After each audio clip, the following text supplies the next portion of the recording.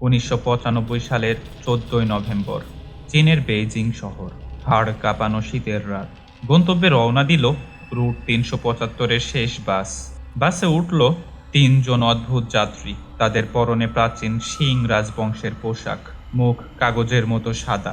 বাসের ভেতর থাকা এক বৃদ্ধা হঠাৎ অকারণে ঝগড়া বাঁধিয়ে এক যুবককে নিয়ে জোর করে বাস থেকে নেমে পড়লেন।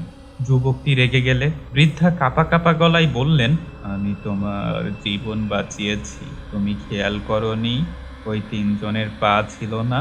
ওরা বাতাসের উপরে ভাসছিল। দুদিন পর বাসটি পাওয়া গেল গন্তব্য থেকে 100 কিলোমিটার দূরে এক জলাশয়ে। ভেতরে ড্রাইভার আর কন্ডাক্টরের লাশ। ফরেনসিক রিপোর্টে পুলিশ শিউরে উঠল। মাত্র 48 ঘন্টায় লাশগুলো এমনভাবে পচে গলে গিয়েছিল যেন সেগুলো 100 বছরের পুরনো। আর বাসের তেলের ট্যাঙ্ক, সেখানে 1 ফোঁটা ডিজেলও ছিল না। পুরো ট্যাঙ্ক ভর্তি ছিল তাজা রক্তে।